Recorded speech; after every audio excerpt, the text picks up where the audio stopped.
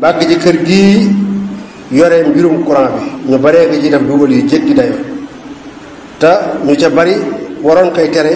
ñoo koy luubal bi ci des jëm ci ñi jiite réew mi ñu ngi leen di bàyyiloo xel ci doxinu Omar ibnu Abdul Aziz radiyallahu anhu sahaab yi bu maandu la woon bu ragaloon yàlla te gore moom mi ñu joxoon état islamique bi ngir mu jiite ko mu di ko jooy ngir tiit ba ñu def ne du ko jig ngir di xalaat di gëm ak boroomam ëllëg kooku xëccoowul woon jiiteem réew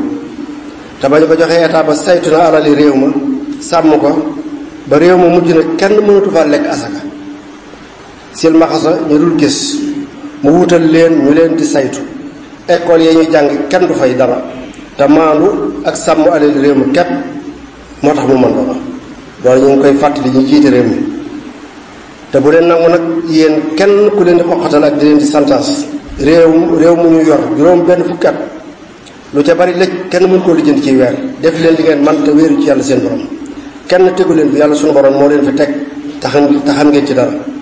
anam gi ngeen jote réew mi kenn mësunee jote réew mi mbirum sunu borom la ñépp kàttan ci réew mi def nañu lekk lu nekk ngir ngeen bañ a jot ci réew mi waaye teewul ngeen jot ci kon loolu mbirum sunu borom la kon bokk yi ñun ñépp nanu bokk gëm yàlla te doyloo yàlla te wéeru ci sunu borom suñu ko defee jariñu fii jariñu fële yaxfirullahu li ma def mooy sax